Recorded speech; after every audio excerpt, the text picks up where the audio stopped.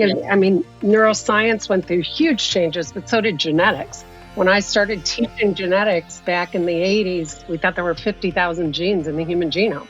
Now there's 20,000, so we have learned a lot about genetics.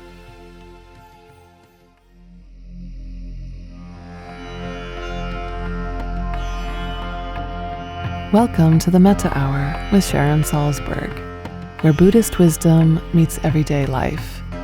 This podcast is brought to you by the Be Here Now Network and features interviews with the top leaders, teachers, and thinkers of the mindfulness movement and beyond. For more information, visit BeHereNowNetwork.com/Sharon.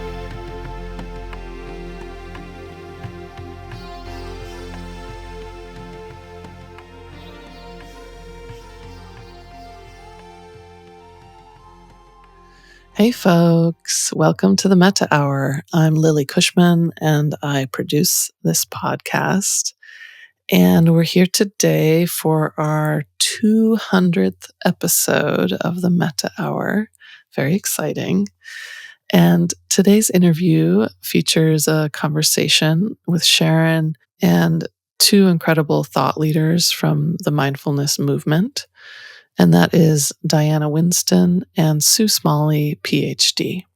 So I'll tell you a little bit about both of them before we get into the interview.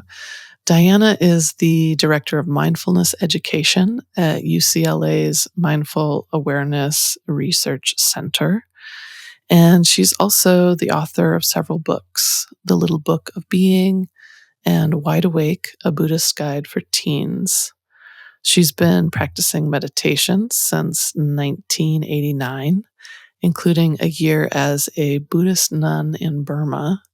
She's also been teaching mindfulness since right around that same time and developed the evidence-based Mindfulness Awareness Practices curriculum and the Training in Mindfulness Facilitation, which trains mindfulness teachers worldwide. She's a founding board member of the International Mindfulness Teachers Association and a member of the Teacher Council of Spirit Rock Meditation Center. Sue Smalley is a Ph.D. and a professor emerita in the Department of Psychiatry at UCLA. She's conducted seminal studies on the genetics of ADHD and autism spectrum disorders, publishing over 100 peer-reviewed papers in the field of behavioral genetics. In 2004, she founded the Mindful Awareness Research Center at UCLA and recently helped to co-create the Kindness Institute, also at UCLA.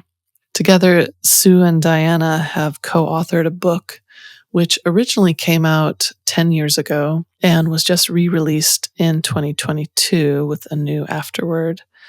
That book is called Fully Present: The Science, Art, and Practice of Mindfulness. So if you are someone who loves to understand the science behind mindfulness, compassion practice, all these different meditation techniques, this episode is going to delight you to no end. There's so much great information here. And in particular, what the research has been revealing in the past decade since this book was originally released. So, as always, enjoy listening. And here's the episode.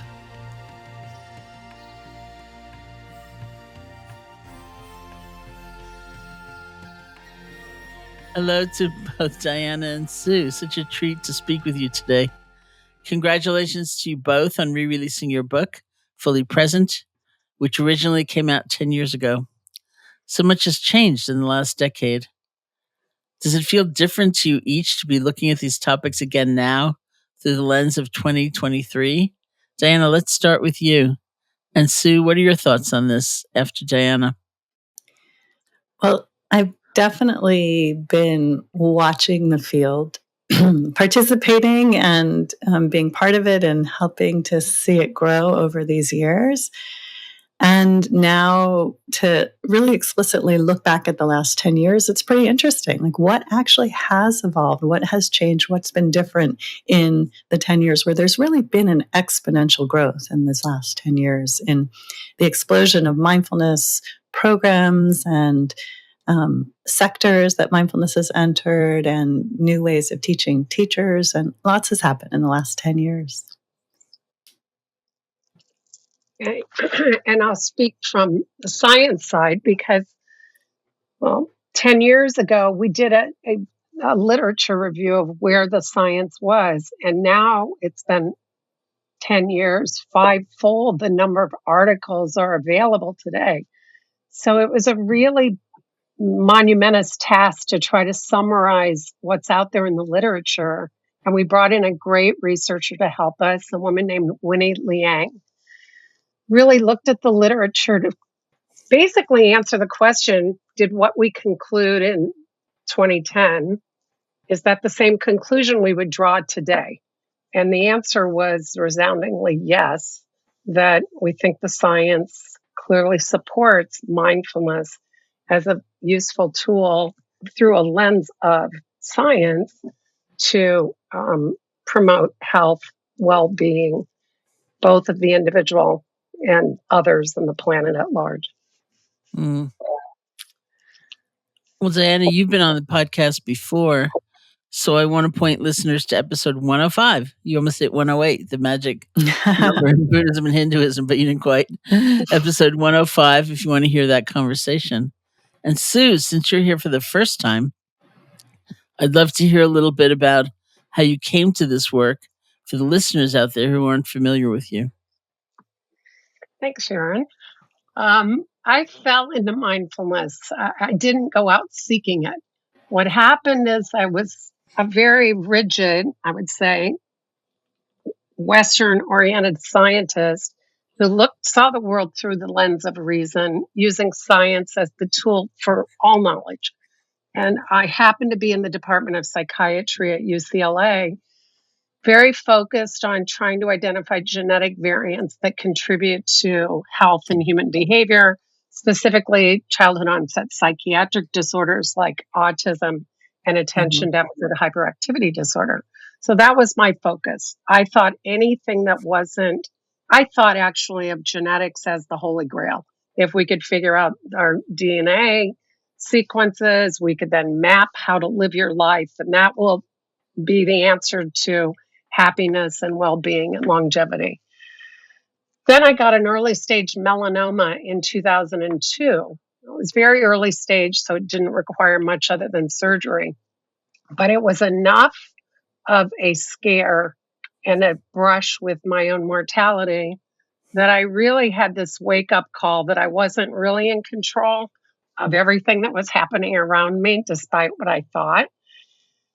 And that led me to pretty anxious state, but also wanting to take action. And so I dove into what I would have rolled my eyes at a day earlier before this happened to me: meditation, yoga, lots of alternative practices that I read might be beneficial to help cure cancer or prevent cancer, etc. So my goal initially was just health, but I dove into it. I took a leave of absence from UCLA, started meditating every day, 6 hours a day. I had been exposed to meditation in the 70s because I went to college in the 70s, and the Beatles had just come back. So many people learned transcendental meditation, including me, but I had never taken it seriously. I never really engaged in the practice, but I had this mantra from a long time ago. So I started using it every day and just sitting and practicing focused attention, paying attention to this word, and then watching my mind go, and started exploring.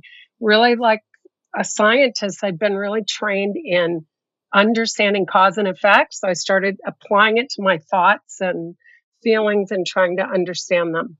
I also changed a lot of my external habits. So I started paying attention to these external habits. Like I always looked at my watch. I used the same burner on the stove, and started changing external habits. that really helped me look at my internal habits and begin to investigate what are those and how do they arise. And what happened is after 30 days, I had just a profound shift in consciousness. And instead of feeling separate, competitive, having floating feelings of envy, greed, anger, etc., I just fell into this very profound state of what I saw, what I didn't know what to call it, but I called it the oneness of the universe, this very interdependency, interconnectedness. And with it came just profound joy and bliss, something I'd not experienced on the scale of this before. And it really altered my reality. I felt very much that I was living in the present moment, just in the experience of life. It was a really profound shift. I was also a mother of 3, a long-term marriage. I had a lot of happy moments in my family life, but it hadn't really translated over into my workspace, etc. Suddenly, I was just this very happy person. So when I stepped back to try to figure out what happened to me, I started investigating all the great religions, philosophy, the science of meditation, and it quickly became apparent that I wasn't the only one that had gone through this, and that we could really understand through the lens of internal knowing, through an intuitive lens, instead of just reason and science. And that was the beginning of this journey. That's really beautiful. I don't know if I ever told you this, but it is a fairly recent memory on my part that there was a period of my childhood when I wanted to become a geneticist. And No. not that I really knew what it was, but when people would ask a kid all the time, like, what do you want to be when you grow up? And I must have had like a class on it in school with sunflowers. I don't know what. Obviously, it was very elementary, but I decided, I want to become a geneticist. So that's what I would say. I want to be a geneticist.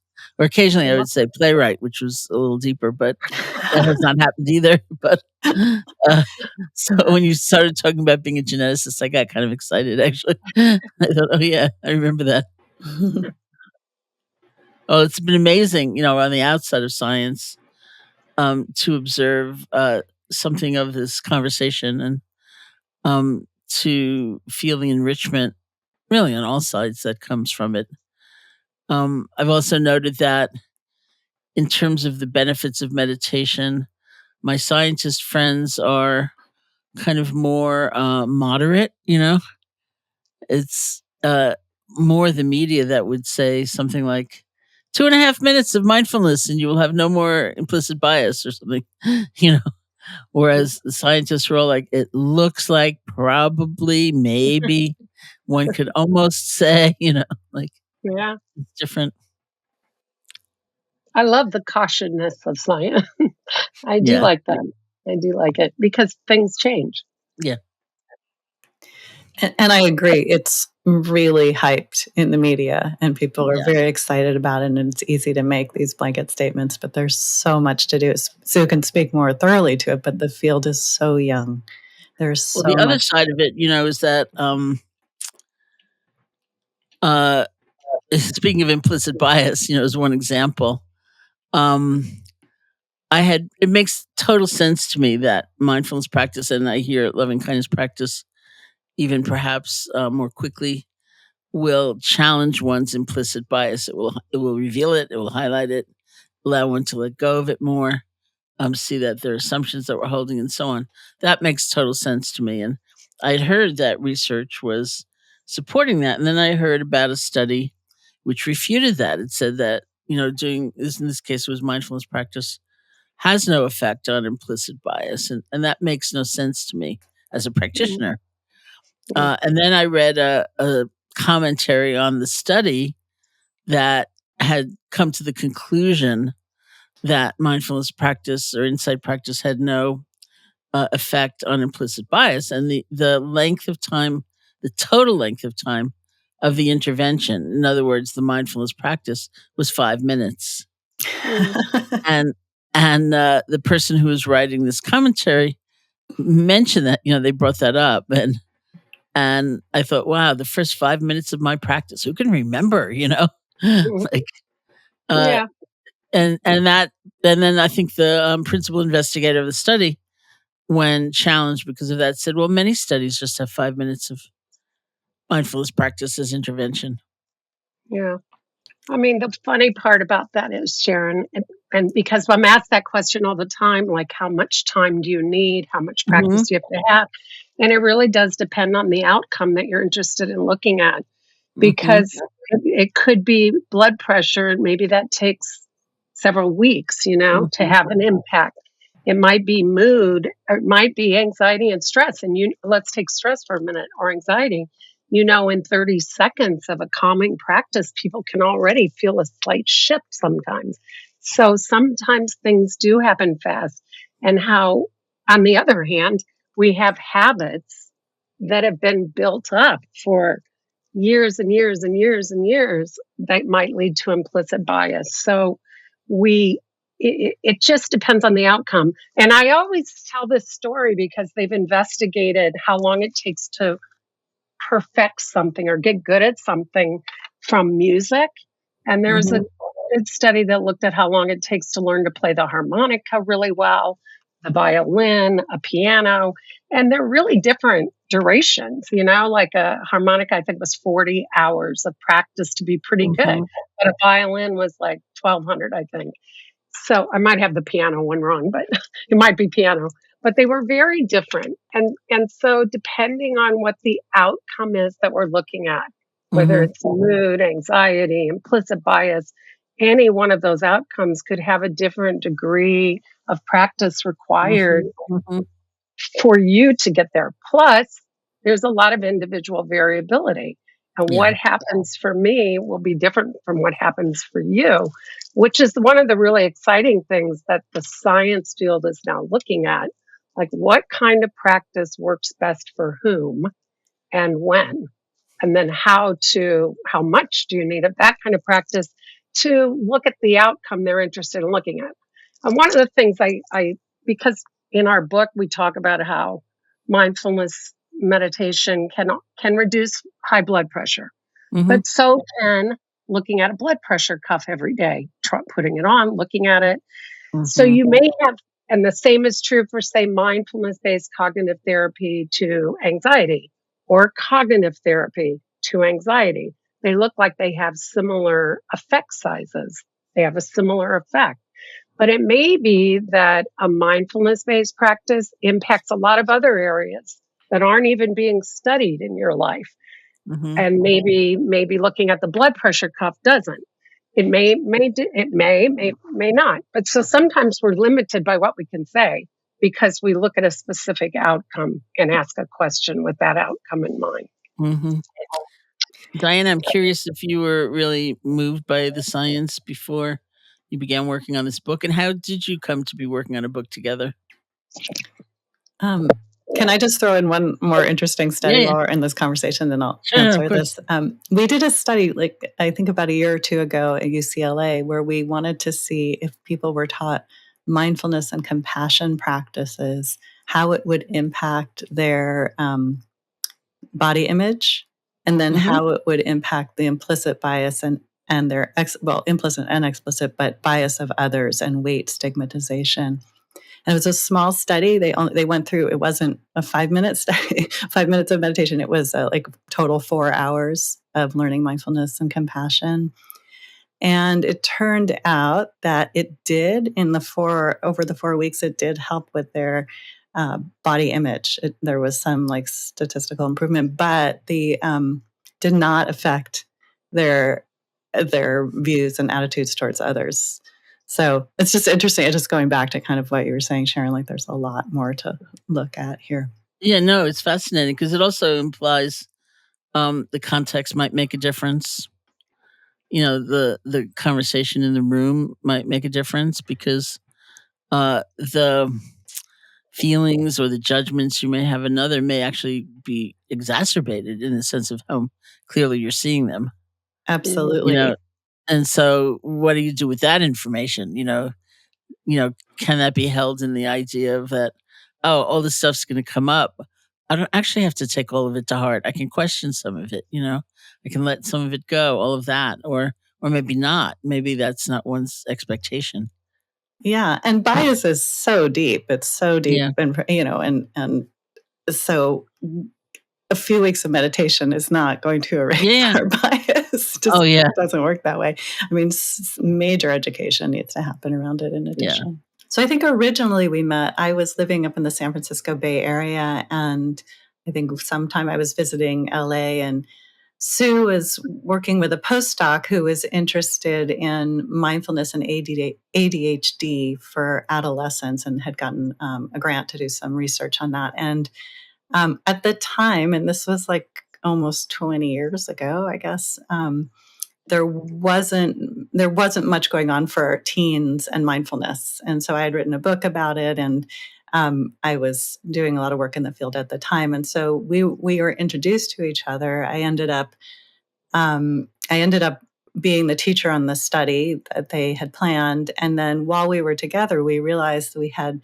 so much in common in terms of the vision of bringing mindfulness out into the world in a way that was more secular, accessible, not necessarily within the Buddhist context, but available to everyone. And there was a lot of just like synergy as we met and had these visions of how do we take this stuff that Sue had explored after her cancer scare and that I had been practicing, since the late 80s. How do we bring it out into the world? And then I remember the moment that Sue said, Sue said, we can start this program at UCLA and I'd love for you to come be the teacher for it. And I said, I am never leaving the San Francisco Bay Area. Anyway, I've been 17 years now in Los Angeles. So much for that. Yeah. I remember when I met Diana because we had the fundamentals of the Mindful Awareness Research Center at UCLA. We were just starting to kind of create it. And I knew we needed a really great teacher of mindfulness to help us build the whole education part. When I met Diana, there was zero doubt she was the right person because of her ability to kind of move in between the Western secular world and her deep practice of that came out of a Buddhist practice, but her deep experience as a practitioner teacher. So there was zero doubt she was the right person, and I've been proven right over the last 17 years. Mm-hmm. And I think so. I think the book came out because at the time, there's a lot of mindfulness books out there now, but I think in 2009 and 10, when we were writing the book and so forth, it was, there wasn't something that had put together like the science, like a really deep dive into the science alongside here's how to practice, here's how to do it. I think there were those two separate books. But so the idea was Sue's a scientist, I'm the teacher of mindfulness. Let's figure out how to put it together in one book and make it work. And luckily, we each could do our own section, so it made it a little bit easier than if we were writing it completely together. And what do you think has been the inspiration for the publisher to reissue it, which is very exciting? I think that, one, when we originally started looking at it, we were saying, are we going to update all of the science? And because the practice didn't change, right? I mean, the practice is still the same, more or less. I know. I know the problem. The field, of course. No, I'm like, it's not new. It's not new. It's the same thing. 2,500 years. Anyway, so that part wasn't changing, but the science, of course, has changed. And then as Sue realized, as she was saying before, as she started to research it, it's like, well, it's more, but it doesn't disprove anything we said. So rather than updating the whole book, we thought, why don't we take a look back at the last 10 years and go, what has changed in the field, both scientifically, and then my end of it was like in the mindfulness field. And that's where, that's what the publishers got excited about. And, we went ahead with that. Can you give us a synopsis, actually, each of you, from your point of view, what has changed? I mean, as a total layperson in this realm, I I would would, say, well, look at how many people are studying compassion and not just yeah. mindfulness. Well, I would say that I think, Sharon, you raised the right point. What was studied initially and still there and has increased dramatically are a lot of studies now looking at anxiety, depression, physical health, changes in the brain, changes in the immune system. That body of work increased over the last 10 years a lot. And the findings are super interesting, very confirmatory of what we thought and talked about, with more understanding of how mindfulness might work in Mm-hmm. those areas. But the new area that just really has blossomed is looking at the impact mindfulness has on relationship, how it Mm-hmm. impacts how you treat other people, how you treat yourself, and how you treat the planet. So it really has shifted to studies looking at kinds of relationship, whether they're kind, full of gratitude, appreciation, care for one another, or not, because we all Mm-hmm. have the capacity for both kindness and unkindness. And really, I think mindfulness is this tool to help you really discern or discriminate between thoughts and feelings and then subsequent actions that are beneficial or not Mm-hmm. beneficial. And that's where I think the research is really interesting. We're seeing studies coming out showing that even short mindfulness practices or loving kindness practices, there are, as you know, a whole host of types of Mm-hmm. practice, can impact how people act toward one another. And I could tell you a couple studies that we highlighted, Mm-hmm. but that may be enough. I don't know. Yeah, why don't you tell us a couple of studies, and then I have a question for Diana. I think the interesting one out of Northeastern University, David DeSteno's group, really get at this point. So they took people coming into the lab at their university, and they didn't tell them why. They may have said what they were coming in for, but when they walked in, they handed them a set of papers to fill out to be part of the experiment. So the researcher would go, or the subject, the person, would go into another room with a set of papers, and there would be two chairs. And in one of the chairs, someone was sitting, so they would obviously sit down and start filling out the paperwork. Soon after, someone would come in on crutches and lean against the wall, looking at these taken seats where there was no room for them to sit down, and sigh in pain. And the question was, how often would the person filling out that paperwork get up and offer their chair to this individual on crutches in pain? Well, often they might look at the other person occupying a chair, and that person was a plant. They were not going to get up. So there's something known as a Mm-hmm. bystander effect. And if someone doesn't do something kind, you tend not to maybe do it as well. And then they studied how often does the person give up their chair. They found about 14 to 16% of the time, that's it. Someone would offer their chair to the person in pain. However, if they did a mindfulness course prior, they found that the number jumped to 37 to 50%. So just a simple mindfulness practice led to a differentiation in how someone acted in the same scenario. And they repeated that experiment several times with different types of delivery of the mindfulness practice, different types of plants, etc. And the results were basically the same. Now, Mm-hmm. that kind of study shows that mindfulness practices really do impact how someone treats someone else. And that's led to many other studies looking at the impact of these kinds of practices on giving behavior, on gratitude, on pro-social behaviors. That's great. I should say David and I have become friends over the pandemic, which means we've never met physically, but we spent a lot of time together on Zoom. So that actually brings up a question for me, that study, which I think is a fabulous study, that points a little bit to what I was saying earlier about context and so on. Because one of the things I said to David was, I have seen, countless people kind of discover a quality of heartfulness and kindness in themselves they never imagined was there. And it's not artifice, It's not forced. Something shifts for them as they feel more connected genuinely to the planet or those around them or even to themselves. And but I said to David, has anybody ever asked why are there so few chairs here?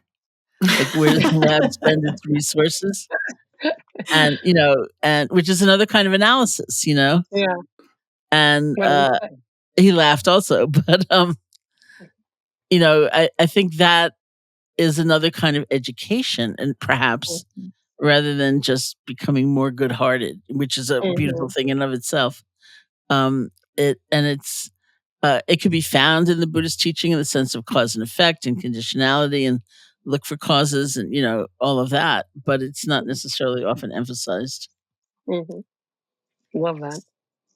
So, Diana, do you find that people's sense of social conscience and the need for their mindfulness practice to be connected to that has changed?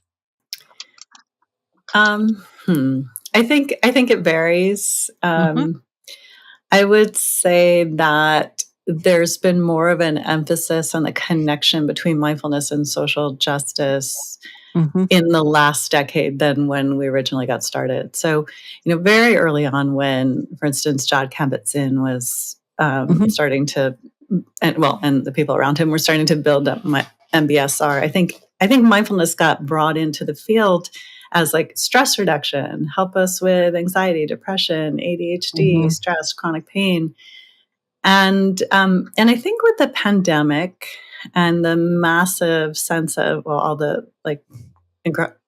intense mental health issues that are going on, but also people's awareness of like what is happening in this planet in this time, and the sense of living in these intersecting crises of environmental and social and political and moral crises that we live in. I think that teachers in the mindfulness field are starting to make more connections and linking it in that way. So I know even for myself, that's probably been a bigger change. I think I was more cautious, like teaching mindfulness to help with stress and anxiety, all which are, of course, incredibly beneficial. But now I'm almost always bringing in, like, let's look at the larger world we live in and how individual transformation can impact our communities and neighborhoods and institutions and impact the world itself. And actually, I want to go back for a moment to your being a geneticist and asking you some questions, because one of the shifts I've seen, having been being old enough so that neuroplasticity was not a concept when I was doing junior high school science or something. You missed your calling, Sharon. I missed my calling. Yes. I also wanted to be a journalist at some point, but that too eluded me. Anyway, I've had a good life. It's really good and remains good. The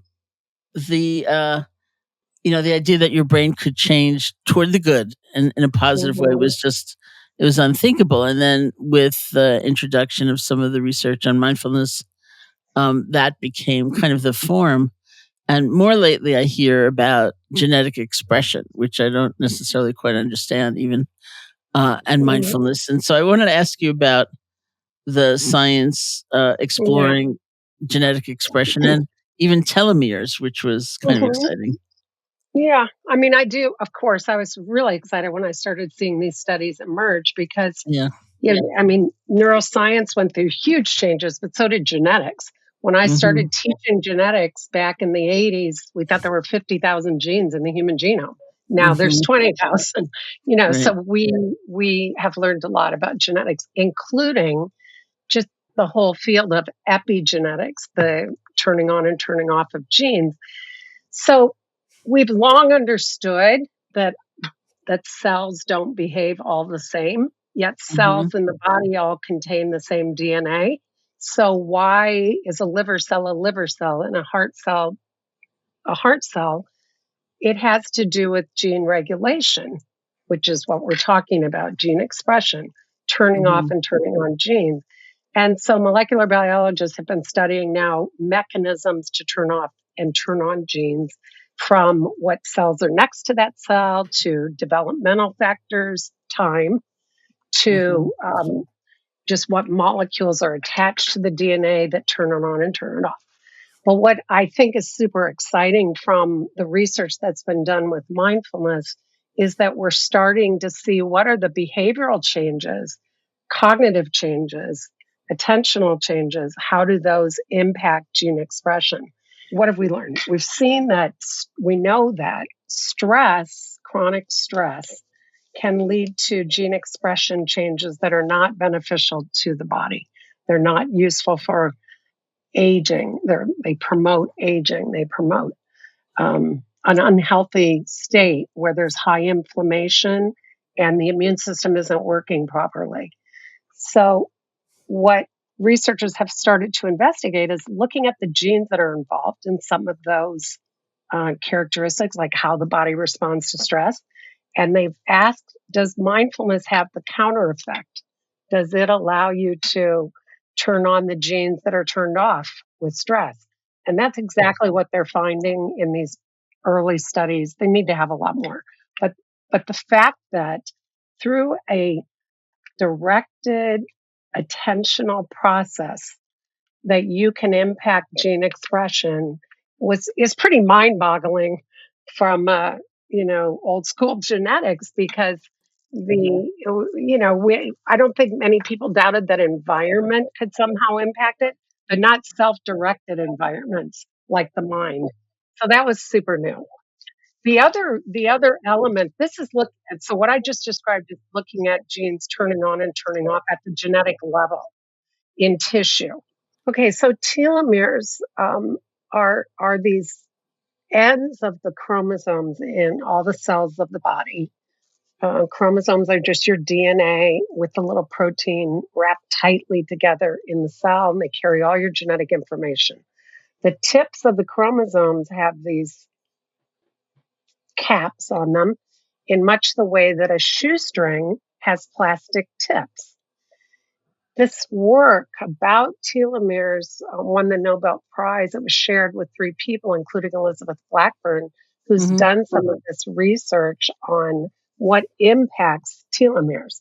Because the studies have shown that chronic stress and aging lead to a deterioration, a shortening of the telomeres, and a lessening of a particular enzyme that's needed to keep the telomeres long, called telomerase.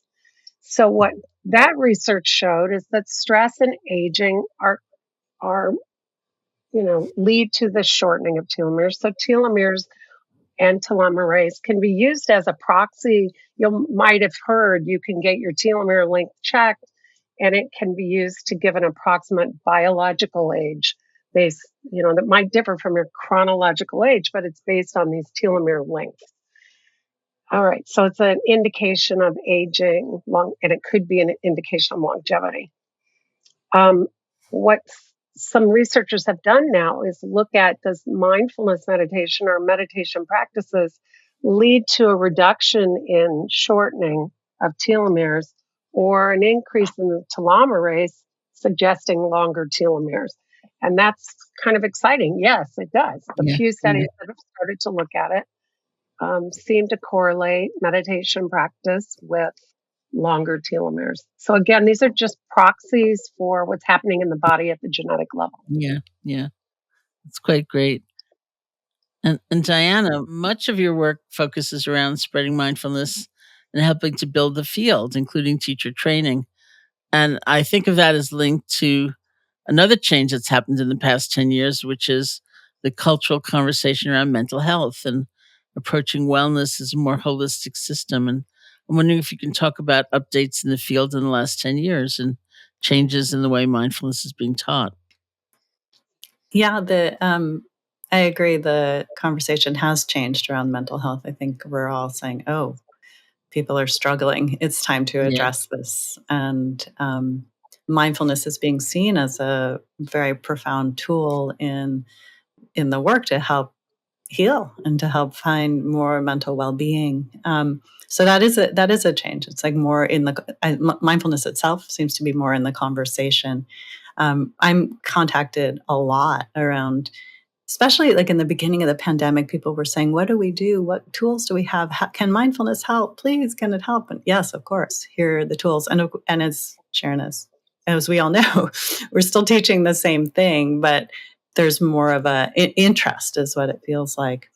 But the field itself I've watched it grow over, probably 30 years, but I've seen the mindfulness entering into so many different sectors. Kind of mentioned this earlier, but it's getting, so we see it in the medical and mental health fields and higher education and K through 12 education. It's in with first responders, the military, in the corporate world. It just keeps going. It keeps getting bigger and bigger. And there's more and more creative expressions that are both top down, meaning like someone comes up with a program and brings it into the schools or into the hospitals, but also a lot, like probably even much more so, organic grassroots expressions of mindfulness from people who have their own practice and then are bringing it into the fields that they're part of. So that's been like an exciting development. And then I'll get to teacher training in a second because there's also like this whole thing. I can talk about it in different ways, but there's all the critiques of how the field is growing. So in 2017, meditation supposedly became a $1 billion industry. And not mindfulness per se, but meditation as the bigger category. And I would say now, did you say zillion with a Z? No, but billion. So $1 billion industry, but I would say now it's a multi-billion-dollar industry, and this has to do a lot with the kind of the birth of the apps, and that being the digital delivery, and that all of that has changed the way mindfulness is delivered. And I remember meditating with you back in the early '90s at IMS, and you'd get a cassette tape of something, right? And now it's accessible at our fingertips. And there's incredible stuff that's ways in which mindfulness is being delivered through apps, but there's also like zero quality control and not a lot of research, or there's some research, but not nearly the amount of research that needs to happen on that. So we see like this industry, this huge industry. I'm still asking the question, not sure where the money is going to. I've now trained 500 or so mindfulness facilitators, and so far most of them I haven't received the billions of dollars coming in, but we're waiting.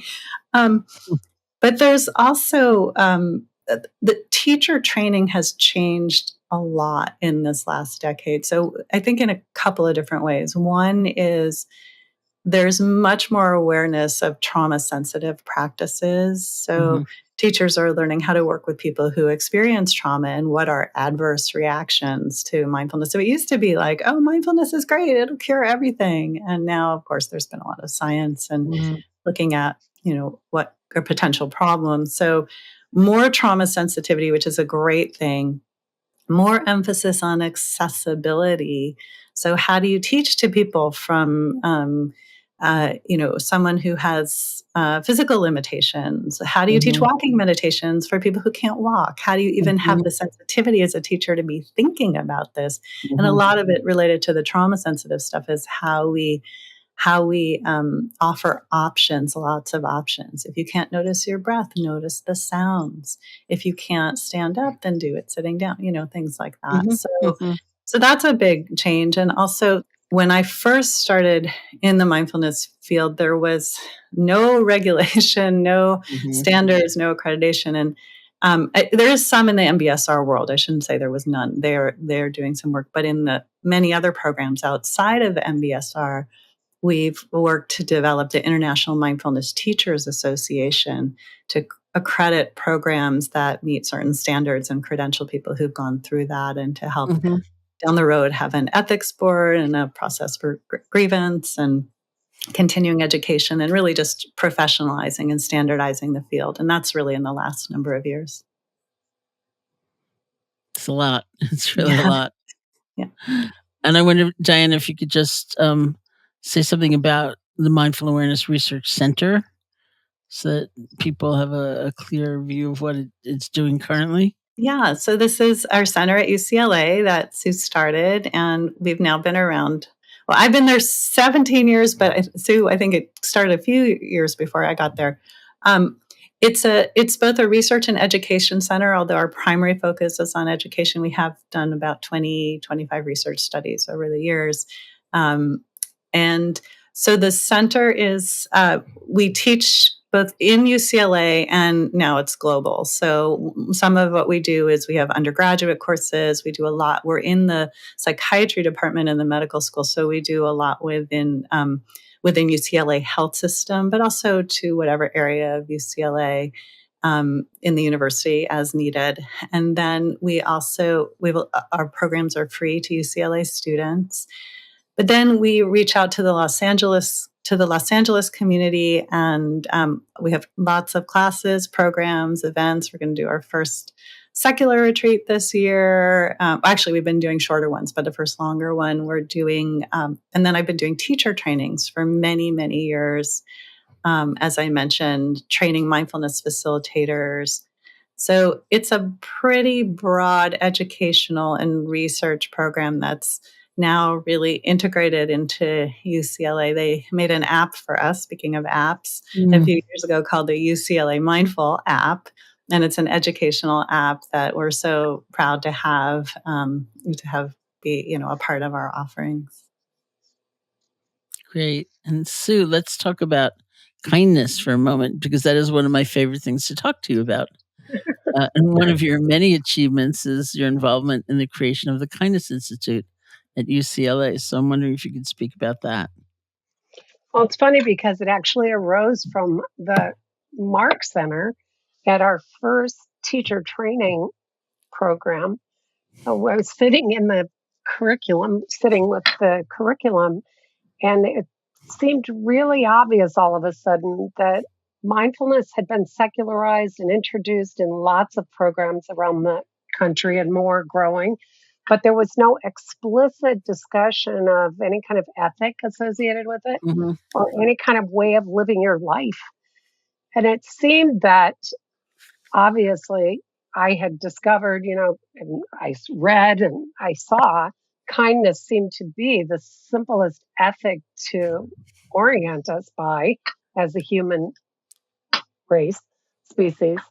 That if you can become clearer on how your thoughts and feelings lead to actions and whether those actions are beneficial to humanity or not, then we're going to be moving in a better direction. We'll be creating a kinder world.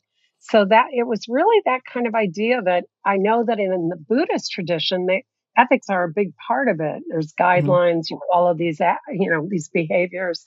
But if you look at them, I think ultimately they come down to being kind.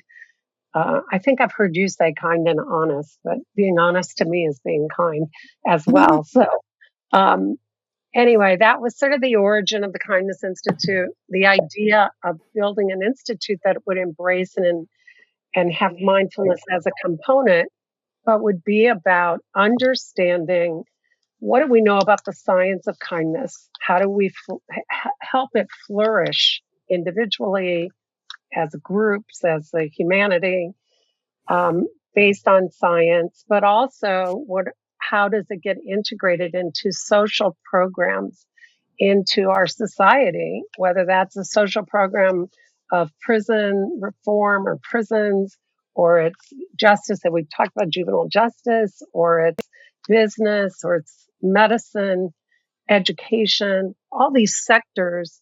We wanted to ask the question, what if kindness was a core component of that social system? What would it look like?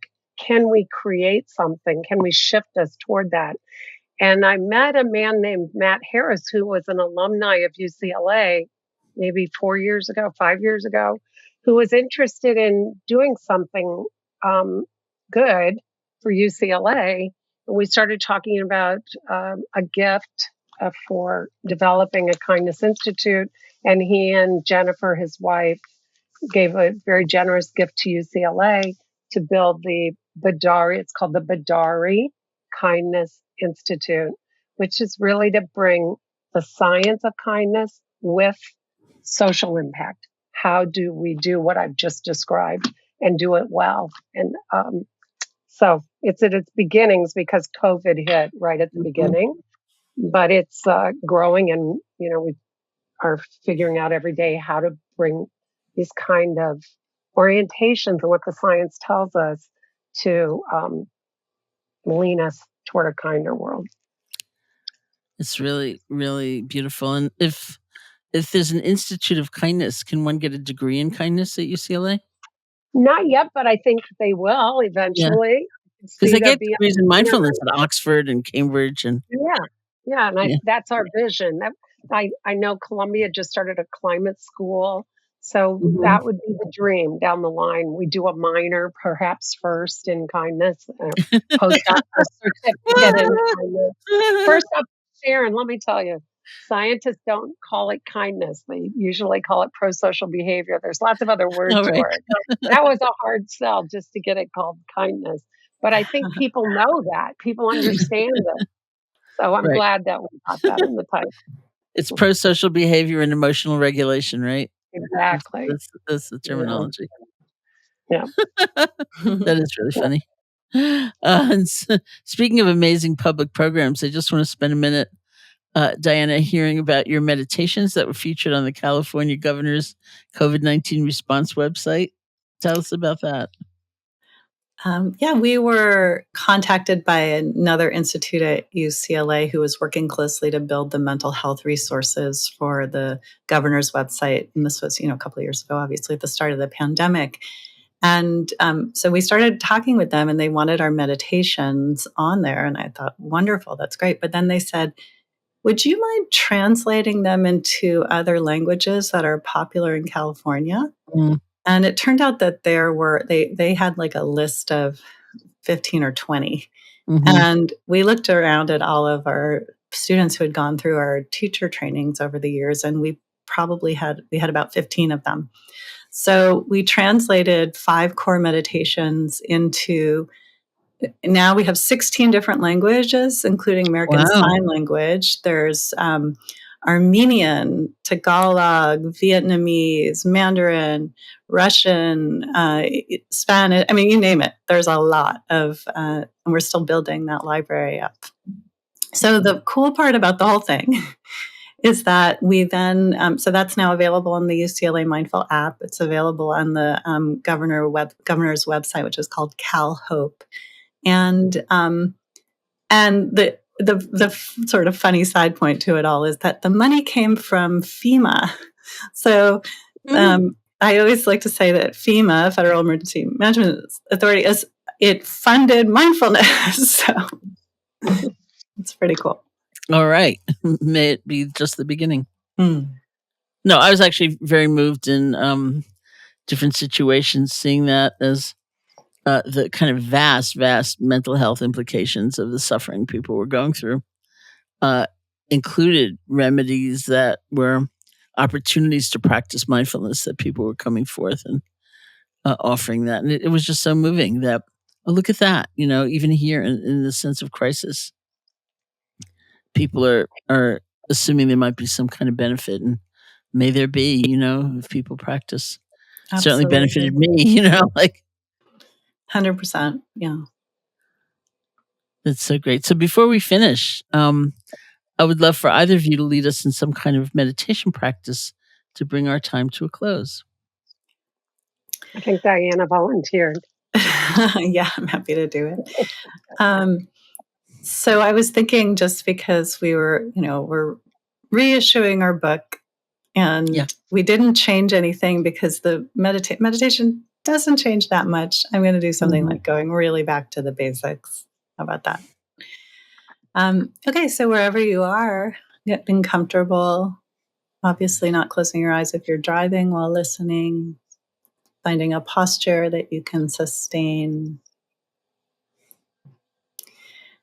And your hands resting where they're comfortable, your back upright if that is accessible. And your eyes, if available, can be closed, but if you prefer, leaving them open but looking downward to not be too distracted. We can start by taking a few deep, longer, slower breaths.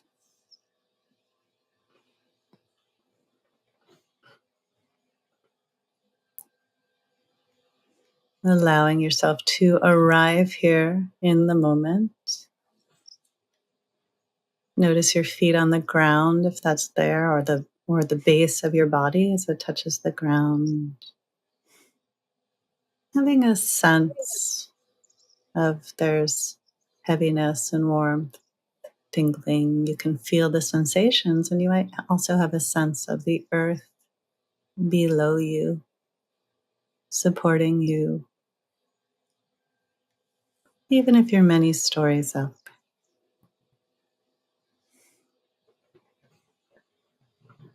And now let's turn our attention to the sounds around us, the sounds in the room, outside the room, sounds coming and going.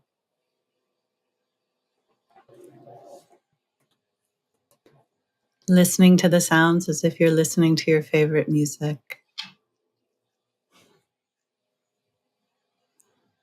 Curious, open. And then bring your attention into your body and see if you can feel your breath in your body. At this point, the breath is at its own natural rhythm, in and out through your nose. You might feel your abdomen rising and falling, or your chest expanding and contracting, or the air moving through your nose, in, out.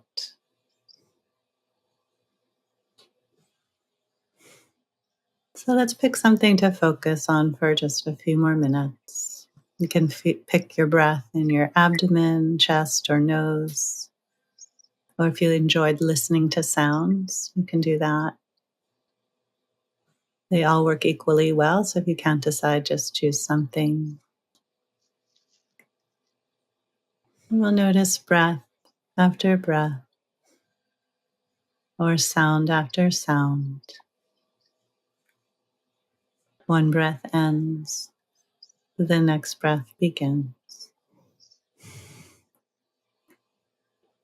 And when your attention wanders away, there's nothing wrong. You didn't do it wrong. It's just what happens. You can notice your attention has wandered and gently bring it right back to the breath or to the sounds. Just do that over and over. So maybe a minute as we sit here and practice together.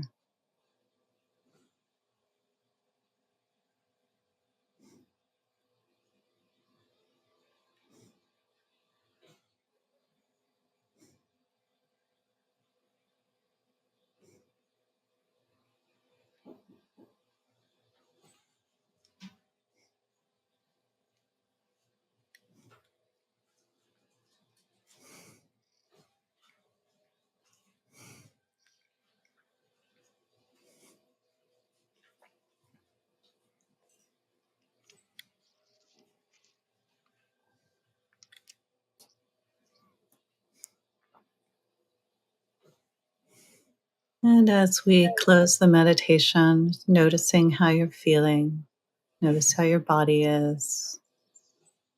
Notice what's happening in your emotions, your mind. See if you can let whatever is here be here. And then when you're ready, open your eyes or end the meditation.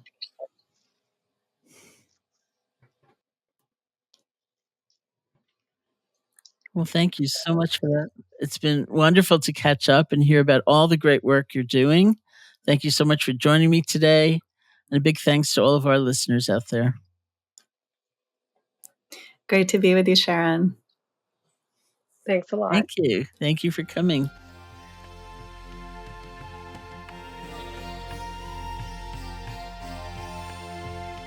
To learn more about either Sue or Diana's work, I encourage you to visit their websites, suesmalley.com, SUESMALLEY.com, or DianaWinston.com, DianaWinston.com. Fully Present is now available. It's second edition wherever books are sold. This has been the Metta Hour Podcast. Thanks so much for listening. May you be safe. May you be happy. May you be healthy. And may you live with ease. Hey folks, thanks for listening.